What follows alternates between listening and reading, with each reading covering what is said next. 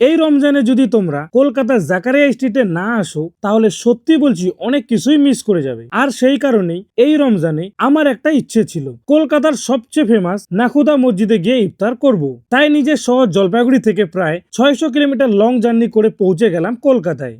মসজিদের সামনে দাঁড়িয়েই বুকের ভিতর একটা আলাদা শান্তি অনুভব করলাম। লাল রঙের বিশাল মসজিদ, চারিদিকে শুধু রোজাদার আর রোজাদার। ইফতারের সময় যত কাছে আসছিল তত ভিড় বাড়ছিল। ধীরে ধীরে পুরো 4 তলা মসজিদ ভর্তি হয়ে গেল।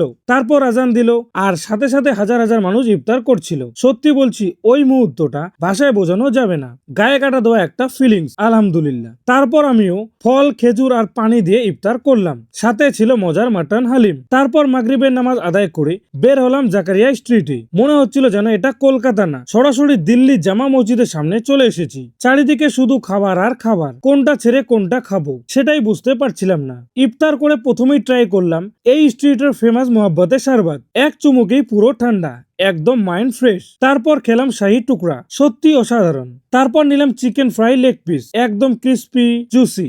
আর কাবাবের তো অসংখ্য আইটেম। এই স্ট্রিটের দিল্লি 6 দোকানটায় এত ভিড় ছিল যে দাঁড়ানোই মুশকিল। আর হালিমের কথা তো বলতেই হবে, কারণ ইফতারের সময় এক অচেনা ভাই আমাদের হাতে দিয়ে দিল এক বাটি মাটন হালিম, একদম ফ্রি। ওই মুহূর্তে বুঝলাম রমজান মানে শুধু খাবার না, রমজান মানে ভালোবাসা, ভাগাভাগি আর বরকত। এত খাবার ছিল সব দেখাতে গেলে রাত শেষ হয়ে যাবে, কিন্তু পুরো এই এক্সপেরিয়েন্সটা আমার জীবনের বেস্ট রমজান মোমেন্টস গুলোর একটা।